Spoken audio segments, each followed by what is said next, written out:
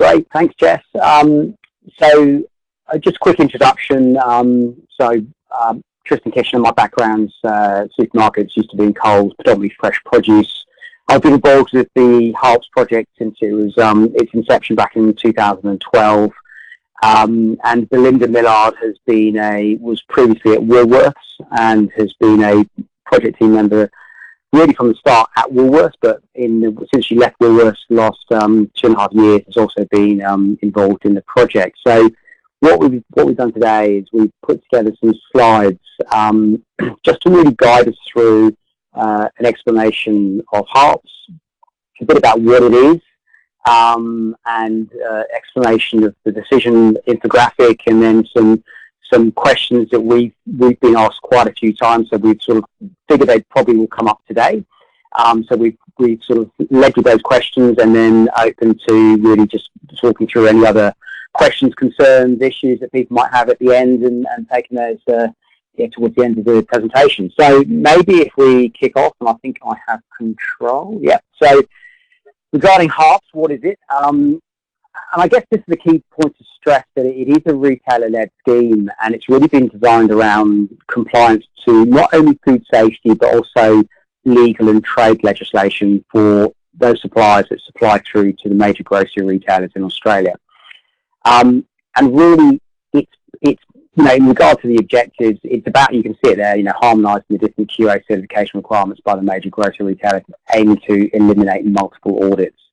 And that's really about the retailers who've identified what their main pain points and issues are that they were experiencing within their supply chains that ultimately led to rejections, availability issues, quality problems. And HARPS is really addressing those issues that they've experienced. So very much retailer-led. In terms of the second objective there, it's about developing the orders of competency to secure a capable, robust and reliable auditing community.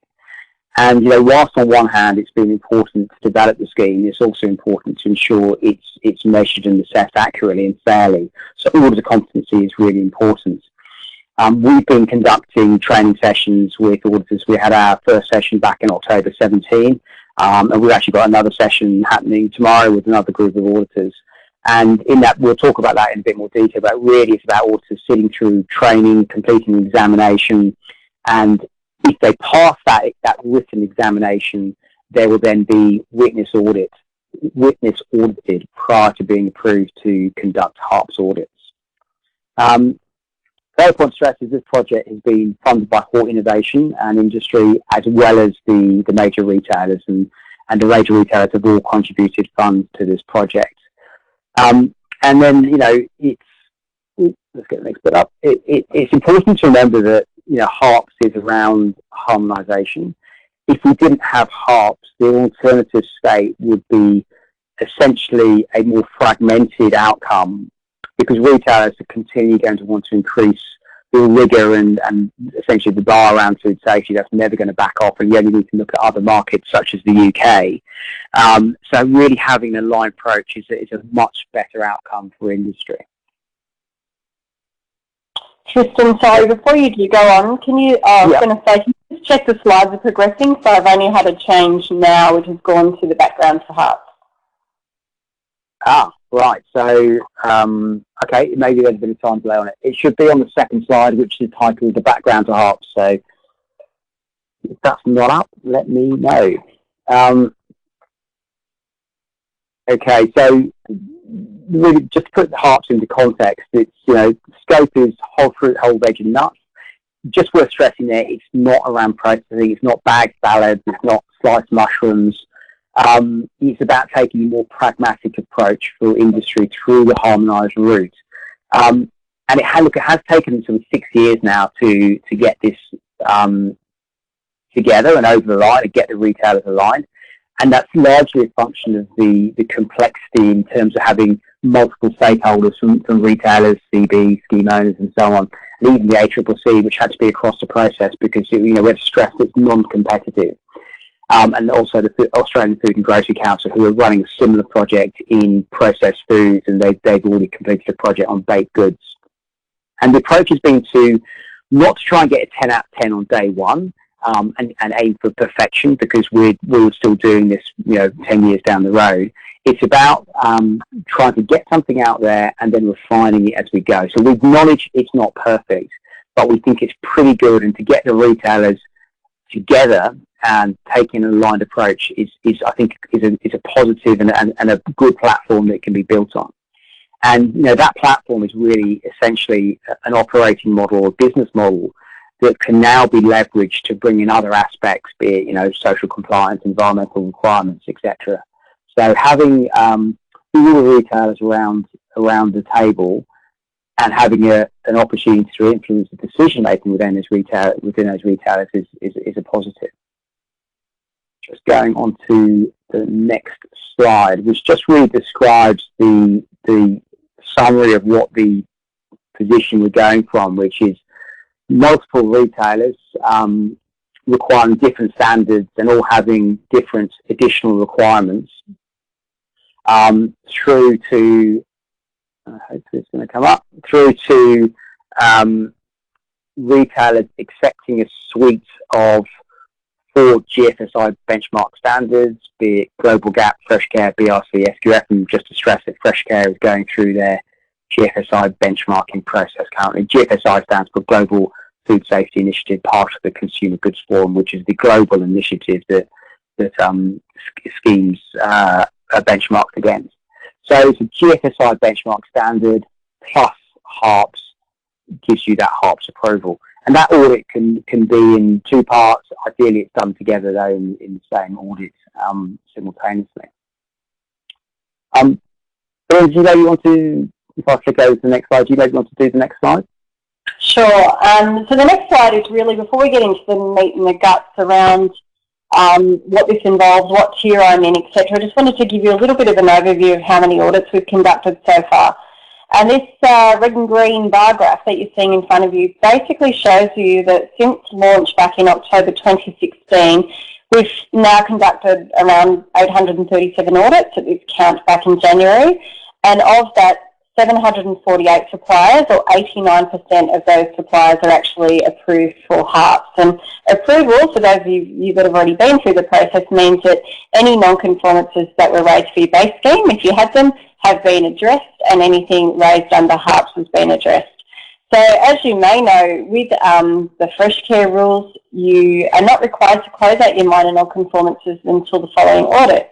However, just another example of one of the challenges that we've worked with the retailers is, they've taken the approach that we want all non-conformances closed, irrespective of whether they're minor, major, or otherwise. So that's why you see a little bit of a difference in terms of how many audits are conducted and how many are actually 100% approved or over the line. There's always a little bit of delay, obviously, from month to month, because people need time to close out the non-conformances. But on the whole, having only 11% non-compliance across the board at any given time is actually a very, very good result, having worked with different standards before. So it actually shows that there's a very good positive approach to achieving HARPS approval once suppliers have been audited. So just going on to the next slide, one of the key points that we wanted to touch on today, again before we get into the nitty-gritty, is the technical advisory group. And if you haven't heard about this just yet, besides having the stakeholder working group, which entails the project team, Tristan and myself, our colleagues at PMA, who are basically administering the program through their database and audit activity and communications, we also have members of all of the retail group, and they all sit on the stakeholder working group, The technical advisory group is something that was instigated in the later half of last year, and it really helps us to move our standard forward in terms of actually making it more practical, more realistic. It's an opportunity for people within the technical advisory group, and you'll see the members in a moment on the next slide, so that everybody has their say. And the group's comprised of suppliers, growers, auditors, scheme owners, and essentially it's their role to help us facilitate a conversation or provide a recommendation to the retailers to make the standard more realistic and more pragmatic for producers, irrespective of where they fall in the supply chain. It's obviously an opportunity as well for growers to engage with the retailers via this facilitation process to air any grievances or concerns that they have about the standard. So So there's already quite a lot of topics under discussion at the Technical Advisory Group that will be raising our recommendations to the Stakeholder Working Group on next week. And this includes things like training, like hand washing and having hot, warm water for use of hand washing, around calibration, around labelling, all sorts of things where the Technical Advisory Group can come up with more, I wouldn't say easier, they're still robust solutions, but they definitely make life easier for the producer in how they get to that end result. And that little diagram there at the bottom of the page essentially tells the story of how the process was put together. So we advised the Stakeholder Working Group that we needed a Technical Advisory Group to help develop the standard moving forward. We developed the brief and agreed that it was required, and then we called on applications from industry, and we put that on, we posted that via our website. Applications were then closed and reviewed, and there was a voting period. So the membership was in fact decided by the Stakeholder Working Group, not with a great deal of debate, I must say. There was a very positive approach to who should actually be involved in that group, and the Technical Advisory Group commenced last year.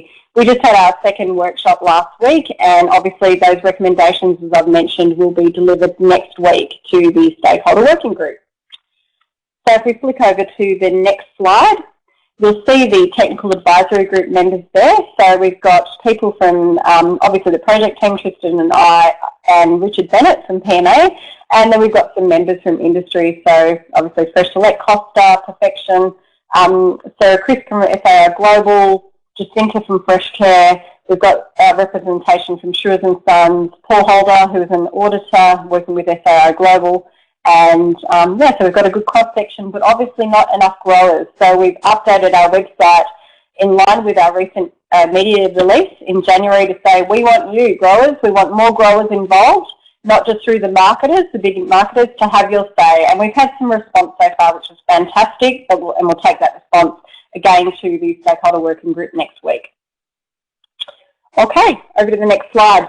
So essentially the objectives of this team is to ensure that if there have been any relevant incidents or events in industry, that they are definitely considered as opportunities for improvement in the standards. So that's really a method of protection for all of industry to ensure that we continue to prosper and avoid any major food safety incidences.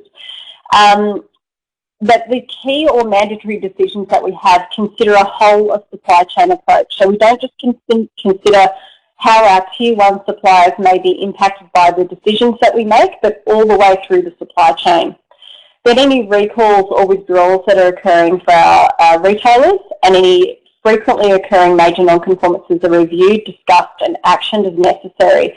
So essentially ensuring that the way that requirements are prescribed in the standard are providing results that can be seen throughout the supply chain and improvements can be made.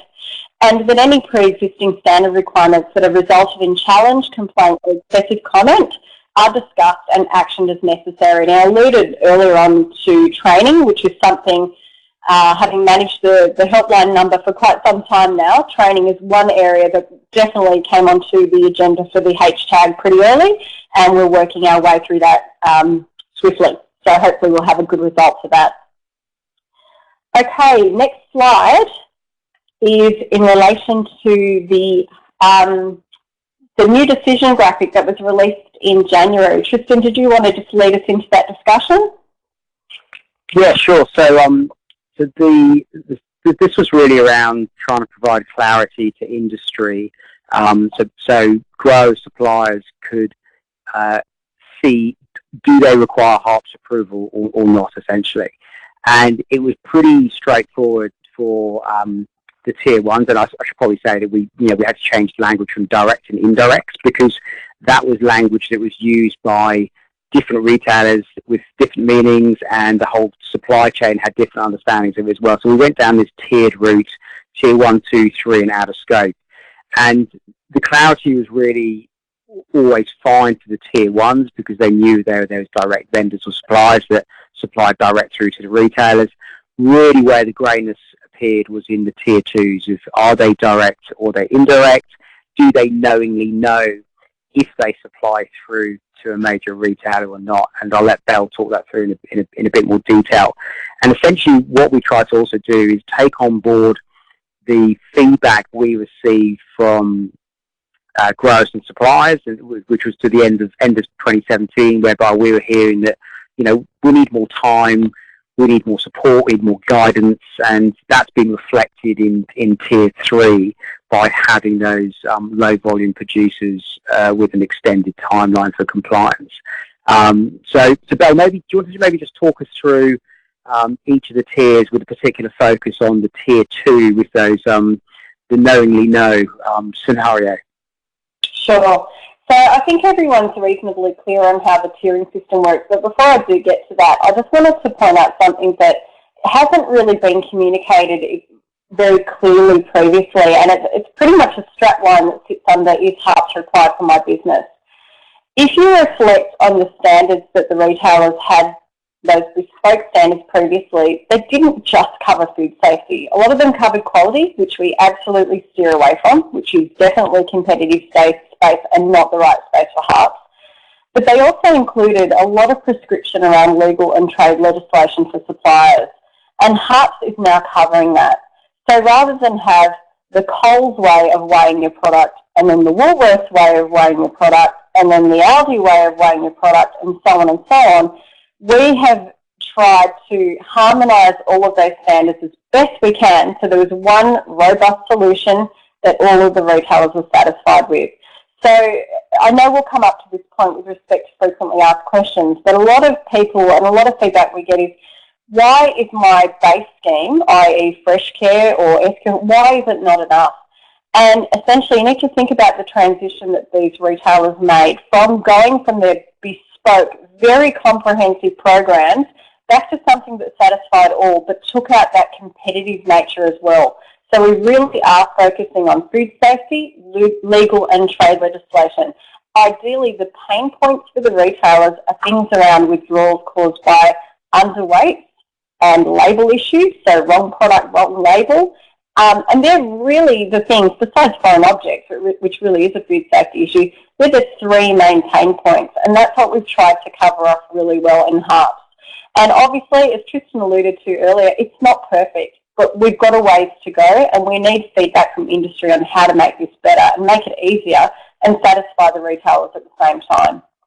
So just getting back to Tier 1, relatively simple. If you've got a vendor or a supplier number for any one of those HARPS participating retailers, irrespective of your role, essentially, in the supply chain, then you need to have HARPS. And if you haven't yet achieved HARPS, you need to go online and register your interest in achieving HARPS. And basically, someone will be in contact from those retailers to advise you of what you need to do from there. Ideally, these suppliers in Tier 1, I would say 90% and majority are already on HARPS now. In terms of Tier 2, and this is where the great majority of businesses currently fall, had previously perhaps not been on one of those retailer schemes, but were part of an approved supplier program for a supplier who was. So ideally, it's if your business packs or repacks loose product with a PLU or a data bar sticker, and it's applied as specified by a HARPS participating retailer. So you're getting your instructions from one of those retailers. Obviously, if you're supplying retail branded pre-packs, or if you're supplying your product in retail returnable plastic crates. So if they're generic crates with no customer branding on it, then they're likely not going to end up in a retailer's facility. So they're not included, but they need to be the RPCs that are actually owned or managed by the retailers. Proprietary branded pre-packs or loose product in a final retail packaging. And this is where we do get a lot of feedback around, I supply mangoes in trays, or I supply avocados in trays, etc. I supply mangoes in trays, or I supply avocados in trays, etc.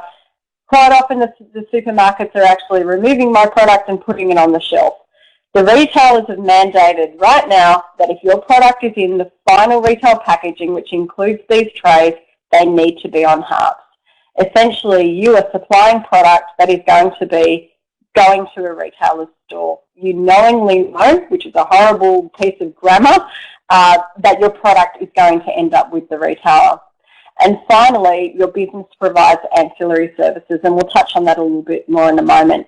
But for this group of suppliers, the Tier 2s, You may require HARPS, obviously, with the activity that you're doing, and we have extended the deadline for these suppliers to achieve the base schemes that are approved, which includes for growers, Fresh Care Global Gap and SQF Primary Standard, plus HARPS by the 1st of January 2019. And you need to register if you don't actually have HARPS at the moment by going online to the HARPS website, and this needs to be completed by the 30th of June 2018 for someone to get in touch with you and give you further information about HARPS. So I think we'll move on to Tier 3 before I get to the ancillary suppliers. Essentially, Tier 3 suppliers are likely to be those producers that are packing their produce into a bin and it's going off somewhere else to be packed into that final retail packaging. So likely to be someone like a citrus supplier or some pome fruit where they're packing straight into a bin, but that bin is not the final retail packaging. It's going on to a Tier 2 or a Tier 3 supplier. These suppliers do not require HARPS. They only require an approved base scheme by the 1st of January 2019. And in addition, we've included the low volume producers supplying a total of 10 pallets or less per calendar year per site. And that's a collective total across all of the HARPS participating retailers. Those suppliers are only required to do an approved base scheme, so one of the food safety standards, but not to complete HARPS at this point in time. And we'll go on to some of the reasons why a little bit later on. Out of scope includes businesses that supply fresh produce, as Tristan again alluded to earlier, that is value added. So bagged salads, fresh cuts, sliced mushrooms, cut carrots, shelled nuts, etc. are all out of scope. There's no current risk mitigation for that level of product risk in HARPS. We've also included in there that virtual brokers that do not qualify as either Tier 1, 2 or 3 suppliers are also out, and essentially those suppliers have very little responsibility to no responsibility over product handling or traceability, and that's why they've been excluded. However, in terms of those ancillary suppliers, we've also included facilities that conduct ripening, brokerage activities, storage and cooling, which all form part of the supply chain. So essentially, if you're in Tier 1, you should be on HARPS already, but if you're not, you need to register your interest on the HARPS website. For those falling in Tier 2, again, if you haven't yet achieved HARPS, you have until the 1st of January 2019 to comply, and we would also like you to register online and let us know that you will be having a HARPS audit. There will be no issue if you have, for example, your Fresh Care audit due October this year or November to have your HARPS audit added then. There's no requirement to have the audit any earlier than that, as the deadline is now the 1st of January. For those that fall in Tier 3, just the approved base scheme by the 1st of January 2019, and those out of scope obviously don't have any further activity from there. Okay, we might move on to the next slide. So in terms of changes, what you'll see essentially is that we've added that scope or context around food safety, legal and trade legislation. We've removed the references to direct and indirect suppliers and now term them Tier 1 and Tier 2. Tier 3 suppliers do not require HARPS, only an approved base scheme. Virtual brokers are out of scope, and low volume producers are in Tier 3 with the base scheme only or food safety requirements only. Okay, next slide. So we're going to go through now a couple of frequently asked questions that we receive, obviously myself through the helpline quite regularly, or just feedback from industry in general, and I hope this gives you some more information around HARPS and where we're coming from and what some of the people out in the industry are asking about. So the first one is, why is HARPS reaching so far down the supply chain to Tier 2 suppliers? There are many activities involving Tier 2 suppliers that may pose a food safety risk, but also may pose that risk around what the retailers are essentially very interested in, which may be those weight issues, trade weight issues, and may also be those labelling issues. So it's a more comprehensive approach to actually managing food safety risks and the legislative risks as well. The second question is around, why has the 10 pallet clause been included for low volume producers? And yes, this has caused us a fair amount of feedback, I've got to say. Feedback from the small producers that we were receiving is that they need more time and they need more support to establish the appropriate systems to actually achieve HARPS approval. And they're quite often operations that are very, very small, don't have dedicated staff to actually manage all areas of their business. So they just need time. And this is essentially what we're allowing and what the retailers have approached, that if they are very, very low volume producers, then they will allow them more time. And those that are above that will also be afforded more time by the new deadlines that were introduced. Another question that we get is, why are imports not included within HARPS? Well, firstly, there are only around 3% of product that is actually imported into Australia. The second reason is the majority of imports are sourced from businesses that have food safety systems in place. And I can speak categorically from being in Woolworths that they definitely have their WQA standard imposed on all of their overseas suppliers. HARPS is voluntary for New Zealand suppliers. We were actually approached by New Zealand suppliers to say, can we come on board? And we've said, look, it's optional for now.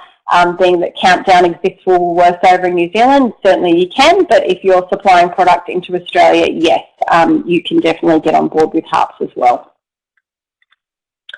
Next question, one I probably get asked the most, in fact, is why is HACCP training required? Now, as absolutely referred to earlier, this is a really, really hot topic for us and one that we are trying very hard to form a solution for, a recommendation to the stakeholder working group. HACCP is currently included so that growers and suppliers recognise how to develop and implement a robust risk assessment, and that this risk assessment addresses the specific needs of their business, of their farm, with their production. HACCP is not adequately addressed within fresh care training at the moment, and that's not to be derogatory of fresh care. Fresh care absolutely has a place as a base scheme in HARPS. There would be no other way that this would work around it, with so many suppliers being on board with fresh care. However, HACCP isn't included in the fresh care training because much of the work around risk assessment has already been provided to you in the fresh care training. So it's essentially following the map, following the directions to find out what works for your business that's already been conducted. The retailers take the approach of wanting the business to understand all of the risks that exist for their business and how they go about risk assessing them. What is the likelihood and what is the significance of these issues occurring, or what is the severity, so that the grower takes ownership of the risks that potentially exist within their business. For businesses that don't currently have a person that is HACCP trained, it is recognised that this is an additional cost to business. And one of the things that's not clearly stated in the standard right now is that you do need to have the training conducted by RTO, that is explicit. However, the fact that many of our growers are in regional locations means that it's not very easy to go and attend HACCP training in a regional town centre, in a town centre or a city centre, because you are in these regional locations. So certainly we've been making approvals for suppliers to have training conducted online, but we are going further with this. And we need to recognise what are the key elements of HACCP that is really triggered at growers and their activities, rather than attending a HACCP training course where you could perfectly learn how to cook a chicken or wash your tea towels, which has nothing to do with how we're actually producing product for our customers. So as I mentioned, we are identifying solutions for this, and we'll provide a recommendation to the stakeholder working group to really get this one pushed forward. Okay, on to the next slide. Who can help me implement HARPS? We've had quite a few people coming out of industry saying that they are HARPS endorsed to deliver training. We just want to put out there that, you know, maybe use a little bit of caution, or definitely give me a call on the 1300 number to say, Belle, have you heard of these guys? What do they do? Is this someone that you feel that we should be approaching to actually help us with our HARPS implementation, if you feel the need to do so? We actually are working through a project right now to recognise a suite of training providers and consultants as well. We want to ensure that the training or consultancy that you receive is delivered in a consistent manner and that costs are controlled in relation to this as well. Once we have this project finalised, we'll be listing all of these business names on the HARPS website. And essentially this needs to, of course, gain the approval of the stakeholder working group as well. So that information will be forthcoming as soon as we progress through this project. Okay, on to the next slide. Again, I touched on it earlier on, but why is fresh care not good enough?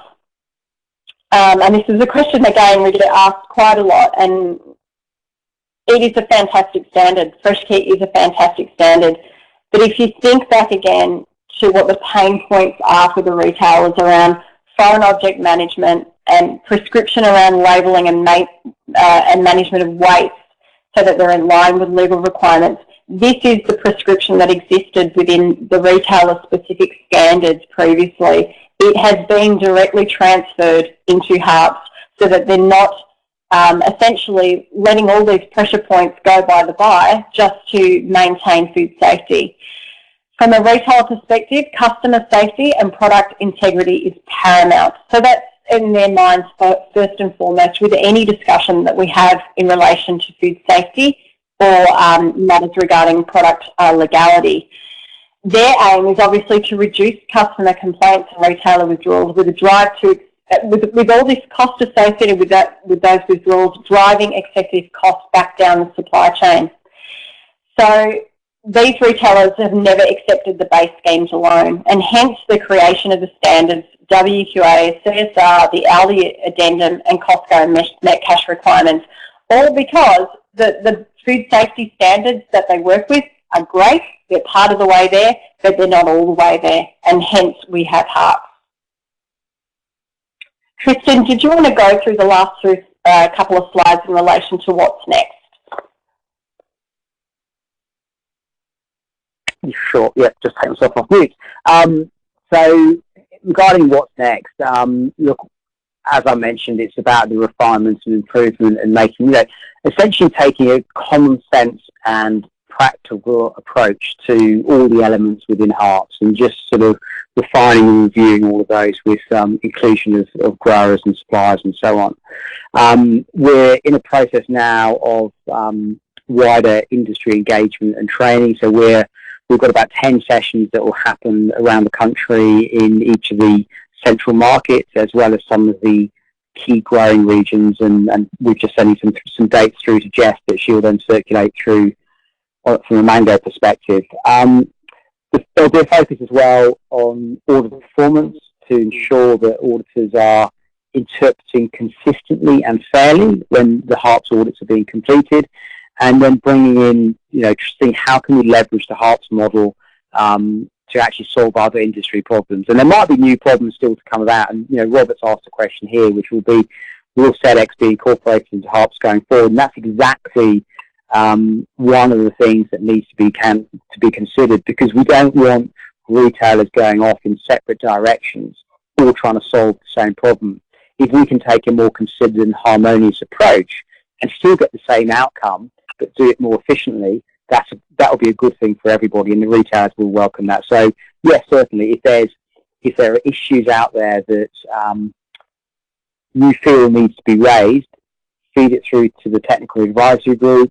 We can table it, discuss it, and then approach the stakeholder working group consisting of retailers to get their view and input to say how can we go about solving this.